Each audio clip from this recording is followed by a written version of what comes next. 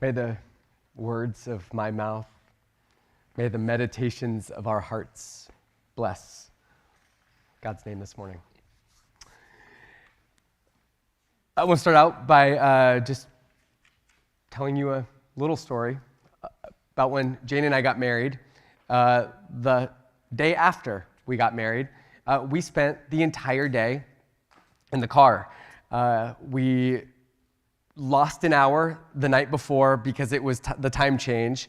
And then we drove from San Jose to Oceanside on the coast, and we had lots of traffic. And at that time, we were driving Jane's car that was purchased in Oregon, so it was not California ready. It had no AC. And so it was just a long day in lots of traffic, and it was hot. And the one thing we kept talking about, we could not wait for, was to get to this place, this resort, where there was a pool. We just wanted the pool so badly. And we got there, and it was late, so we ate, and we just crashed. The next day, we were excited. We come out to the pool and are ready to swim. And as we're walking along the pool, there's a group of kids, and they're splashing, and they're having a great time, and we love kids, doesn't faze us. Until one of them says, what sounds like, do it again, do it again. And then as we listen closer, we realized they were saying, pee again, pee again. These kids were peeing in our pool. Our pool, right? Here's the deal. Most of us know that like there's always some amount of pee, of kid pee in every pool. It's just the way that it is. That's why we have chemicals, right? But, like, there's something about the kids announcing it in that moment that just makes you go, I don't think we're going to swim today, right?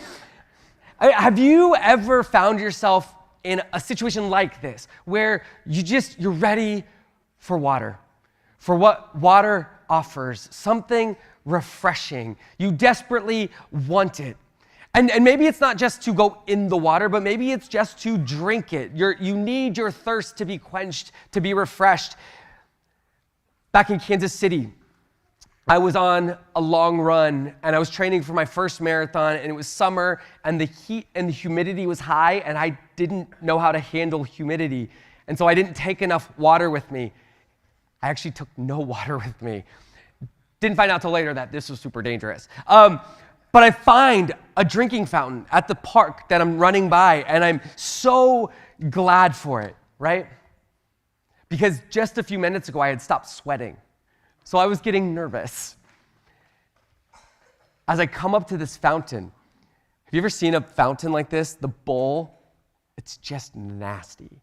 It's filled with standing water, and it's brown, and it looks like birds have probably been bathing in it. And it's just, it's clogged, but you're like, all right, if I can get my mouth the right way, and if I just like splash it up, like from the thing, I'll be fine. So I just kind of close my eyes. I'm like, ugh. But as I push the button, it's like sludge starts coming out. Nope. I was devastated. I put my head down and I walked home 30 minutes. I was done running. There's no way. But I want you to think, can you remember a moment? Have you ever had a moment where you were so thirsty? If you haven't had a moment, maybe you can at least imagine it. You've seen a movie or TV show. You've seen it depicted somewhere, right? And what would that moment look like where just desperately in need of a drink of water, and you come across something that's polluted, something that's nasty in its place? Our passage this morning uses this image. It uses this image at a key moment in the chapter, and it uses it to move us past like the way that like our brain sometimes like gets things like, oh yeah, I can wrap my mind around that. Oh, that makes sense. But like this image is designed to move us. right? I heard you audibly react to sludge coming out of the water fountain, right? There's a disgust that stirs up in you. There's a sense in which we are supposed to feel this idea. Feel the power of this message. So Proverbs 25, verse 25, right? It brings to mind, first, the vivid experience of cold water, right? Cold water for the thirsty soul in verse 25. And you just imagine that for a second, right? So refreshing and cool, and just like you could probably picture ads on TV where like a drink opens and it just goes, and like the sigh of just refreshment. That's the first verse. Your mouth is dry, you've been working hard, it's hard to swallow, cold water just hits your lip, cold water on the tongue. We've got cold water on the brain. And then in the very next verse, like a muddied spring or a polluted fountain. We're given the complete opposite, right, of clean, clear water. A spring should be clean and clear and cold, and it should be drinkable. And a fountain is supposed to be clean and clear and cold and drinkable, but like something has gone wrong. Something has corrupted it. It's contaminated, it's impure, it's dangerous. And I don't know if the image lands quite as powerfully for us, right? Because there are people all over the world who have limited access to clean water. And so, like, they can't just come upon a water supply and go, oh, something's wrong with this. I'll go to the store and buy bottled water. But they hear about muddied springs and polluted fountains, and their hearts immediately drop, right? This isn't just well, I'll wait a little bit longer until the next spring comes along. Like, this is often a matter of life and death for people. Fellow Americans living in Detroit just in the last decade maybe feel this image more than most of us in this room. Here's the key to this picture of muddied springs and polluted fountains. It's not just that the water is gross and that you might have to like hold your nose while you drink it. This isn't a taste issue. No, what this passage is suggesting is that the water is no longer good to be used for the thing that it is meant for. Right? It's no longer useful. Like it's technically still water, but it can't do what water does, not in its current condition. And Proverbs wants to make a comparison. Like a muddied spring or a polluted fountain is a righteous person who gives way before the wicked. I don't know, what does it mean for something to give way right before someone else? That's kind of a weird phrase that we don't really use, but the CEB that we heard earlier, the NLT translation, they kind of help clarify a bit. They use this phrase, give in, right? A righteous person giving in to the wicked. When the godly gives in to the wicked, the NLT says, it's like a muddied spring and a polluted fountain. Like this image, right, it's powerful. A person, valuable, good, made in the image of God, a person radiant, as useful and refreshing as a cold drink of water. This person doesn't just compromise.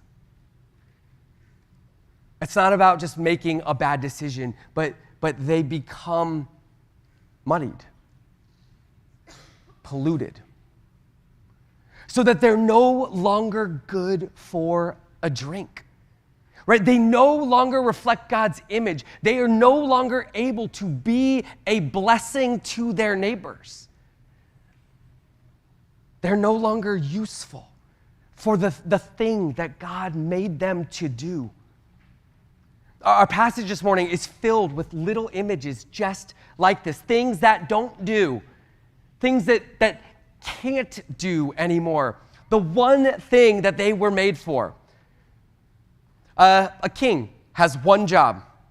I don't know, you might think that a king has lots of jobs, or any ruler for that instance, but to rule well, like doing right by your people, is the one job that you have. But verse 5 introduces us to a king who can't do their job well because they're surrounded by wicked advisors. Verse 14, if you've got your Bibles open, right, I'm going to hit a couple of these. Verse 14 just makes us imagine worthless clouds and wind that promise rain for dry land, but that land that desperately needs water. But these clouds, they come and they go and they don't give any rain. Verse 19 uses a tooth that can't chew. I don't know, what's a tooth that can't chew good for? Or the CEB was pretty funny, a wobbly foot, right? But a foot that cannot stand firm. Verse 28 gives us a city, a place for people to live and work where they're supposed to be secure and safe. But the city's been invaded by enemies, and now it has no walls surrounding it. Now cities are not like necessarily in and of themselves good, but there's a reason why so many people move to cities, right? It can be dangerous to live out in the country by yourself, right? You're vulnerable to invading armies and bandits, and so a city promises to provide you with some basic level of safety against random enemies who might come through.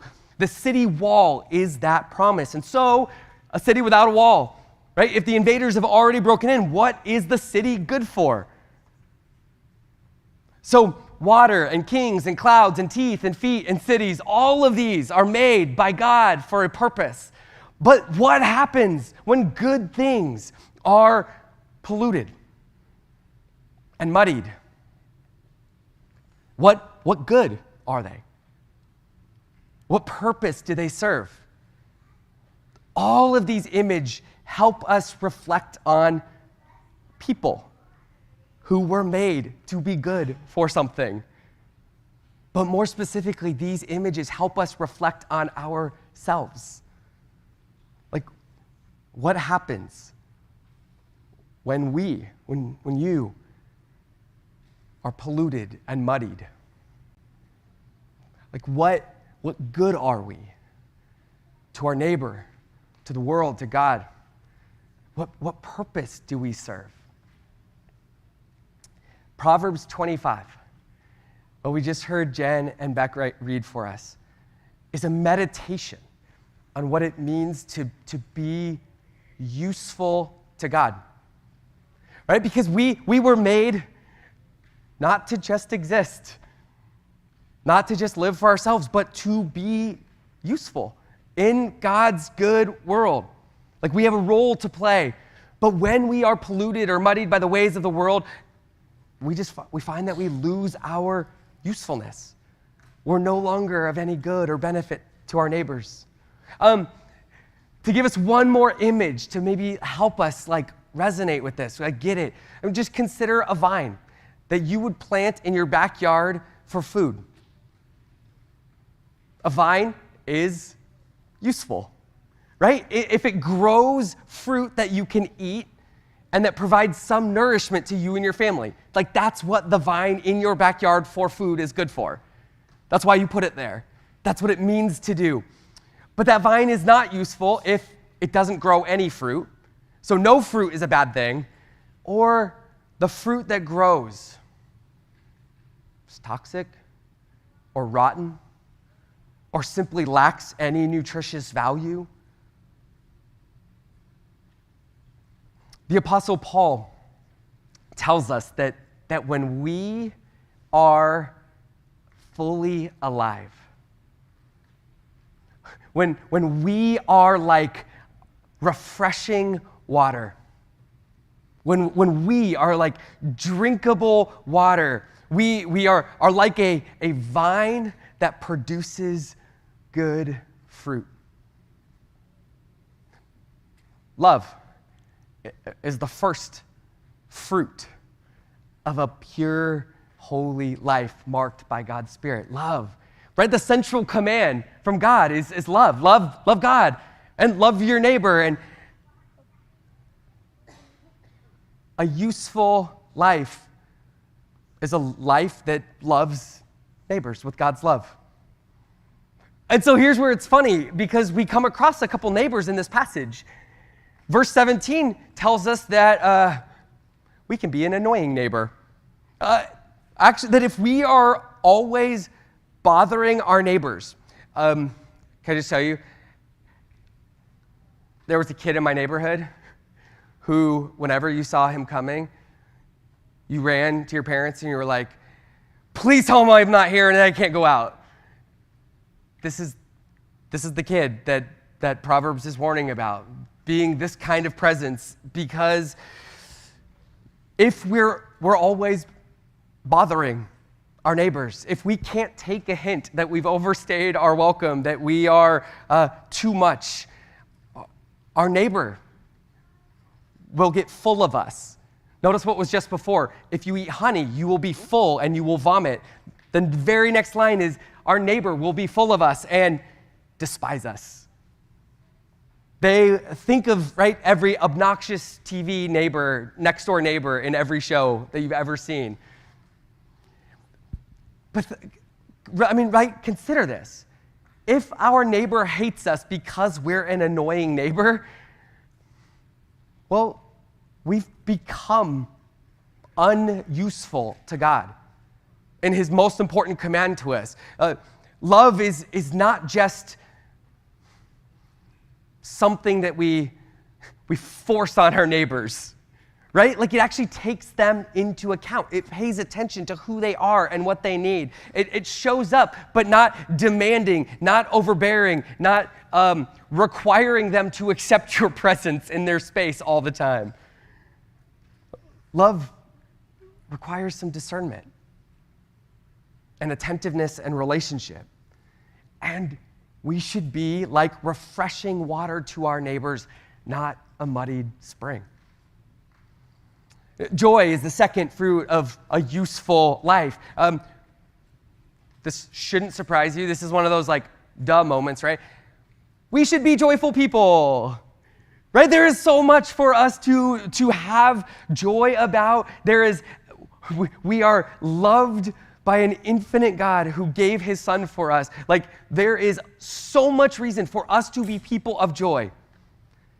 And we're told throughout Scripture that when we will be a source of joy for the world and for our neighbors. And so we should be known as people of joy. So verse 23 tells us that if we have a backbiting tongue, sounds sharp, right? Or if we're always giving angry side eyes to everybody, if our face is in resting angry mode all the time, like we're probably not a regular source of refreshing water for the people around us. But Proverbs has a warning for us. Just because you are joyful doesn't actually mean you can force your joy on those who aren't ready to receive it, who aren't in a place to be oppressed by your joy. So if we're busy singing happy songs to somebody who is grieving with a happy heart, verse 20 says that we are like someone who takes away a person's warm clothes when it's cold out. That's a powerful image. Peace is the third fruit of a useful life. We're supposed to be peacemakers. Blessed are the peacemakers, Jesus says. We're called to live at peace with everyone as much as possible, Paul says. And so verse 9 tells us to work out our disputes with our neighbors. I mean, this is pretty straightforward, right? And we should do it on our own. We should be slow to take our neighbors to court, but that's not the ideal place to work out our disputes. We should be slow to call the authorities on them, that's not the way to build relationship, to be a good neighbor. And we are useful when we actually do the work to make peace and live at peace with the people around us. Patience is the fourth fruit. If you're recognizing these because you have the song memorized from when you were in VBS, fantastic. We could sing it together afterwards. But patience is the fourth fruit. Verse 15 reminds us that patience is valuable. That Proverbs says we can influence rulers with patience. Part of that is just leaders, rulers, politicians, whoever they are, officials, have tons of urgent demands. Everybody is making demands of them. And if we push our anxiety to get our stuff done, if we push our impatience on them, they're likely to respond to us the way they do everybody else. Oh, thank you. Oh, yeah, thanks for that. Okay, cool. Thanks for talking. Oh, I'm so glad that you shared your opinion with me, right? We will just be one more squeaky wheel. But patience makes us like refreshing water to our leaders so that we are useful to them. Kindness is the fifth fruit. This fruit is powerful and hard. Verse 21 tells us that when we feed our hungry enemies and we give our thirsty enemies water, we judge them and we potentially transform them. Of course, right, like we know that it was God's kindness to us while we were his enemies that transformed our hearts. And so our usefulness is something like having the power of God at work in us and through us. That we get to do to our enemies the same thing that God did to us when we were his enemies. And this is transformative. Goodness is the sixth fruit. And verse 25 literally tells us that if we announce good news to our neighbors or to foreigners far away, wherever the good news arrives, that we're like a cold drink of water to a thirsty soul. And so doing good and announcing God's good makes us useful to God. Which brings us to faithfulness. There's 9 of these for anybody who doesn't know them all. So we're almost there. Faithfulness is the seventh fruit. To be reliable in word and deed is a huge asset in a world where people lie all the time. To be reliable in word and deed is huge in a world where people say things that they don't intend to follow through with. We can be trustworthy. We can be faithful. And verse 13 talks about a faithful messenger passing along the message as it's given. And notice he refreshes the soul like water. That's unmuddied and unpolluted. Verse 14 then urges us to not be the kind of people who promise gifts and then don't follow through. Verse 18 warns us against being somebody who makes up lies about our neighbors. To be a reliable person with a firm truth makes us useful to God in this world and to our neighbors who, in the midst of all of the lies, are looking for true things to stand on. Gentleness is the eighth fruit. And I love what Proverbs does with it. Like, we tend to think of gentleness as weakness. But verse 15 shows us the same thing that we see in Jesus, right? The gentleness is powerful. What do we hear? A soft tongue will break a bone. That makes no sense. But it makes the same amount of sense as the gentleness of Jesus transforming the world. Have you ever seen how effective a gentle word can be to move an immovable person? Right? Whether it's gentle correction or gentle questioning, right? Coming in hot, coming in aggressive, and ready to battle. rarely makes that connection that can move a relationship anywhere. But gentleness gives us an opportunity to be useful to God. And then finally, self-control. Paul's ninth fruit of a pure, holy life marked by God's Spirit. Verse 28 tells us that the useless city without walls is like a person without self-control. There's a suggestion here that city walls and other boundaries or barriers are part of, right, how we keep the water of our lives from being muddied or polluted. The idea is this: if we spend most of our time with people who don't value any of the fruit of the Spirit, if we give them constant access to our lives, if we let them influence how we live and who we are, then our lives will bear less fruit, or at least fruit that is of a different kind than the kind that Jesus wants to bring in us. But self-control also has to do with controlling our appetites. Like that might have to do with food. In our passage, it's honey is named. But actually, there are other appetites named in this passage. Ambition is one. Self-control is about having some control over our ambition to move up in the world.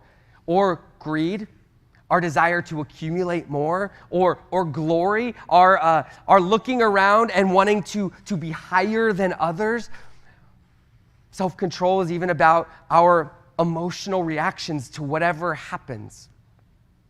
The idea is that if we can't say no to all of the influences and forces around us, then we will lose some of our usefulness to God. And so, it's a lot. Nine fruit of the Spirit. We made our way through them. The real question that 25 asks of us, poses to us, this is the question I want us to be meditating on, praying about, is are you, in your day-to-day life, are you useful to God? Like, are you being used by God daily? In your home? In your neighborhood? At work? Here's the image. It's not just am I not? Are you actually a refreshing drink of water for the people around you? Would anybody describe you that way? Or do you find yourself to be more like muddied water? The potential's all there. The raw materials, the image of God is in there, but it's been muddied or polluted, and right now it can't do the thing it was made to do. Is your life, are your words, your interactions with your neighbors a gift to them or something else? Here's the good news in our passage this morning. Verse 4 says, "Take away the dross from the silver, and the smith has material for a vessel." Who's been doing some metalworking lately? Everybody down on their metal imagery? Precious metals. When you want to prepare silver to be used as a precious metal, you heat it up real hot, and the dross burns off, melts away, leaving the silver remaining for the silversmith to then do something with the precious metal, to make it usable. If God can use us to transform our enemies with bread to eat and water to drink, then God can take one of his supremely valuable children, as valuable as silver, and make something of us. But like muddied water, your silver life, it's raw and covered in dross. But God can purify water, and God can take away the dross. And notice the good news. The smith has material for a vessel. You are a vessel in God's hands, capable of being used. And if you are not now a usable vessel or drinkable water, here's the good news in our passage. You can be. God wants to do this work in you, to melt away the dross from the silver of your life. What Jesus has done makes this possible.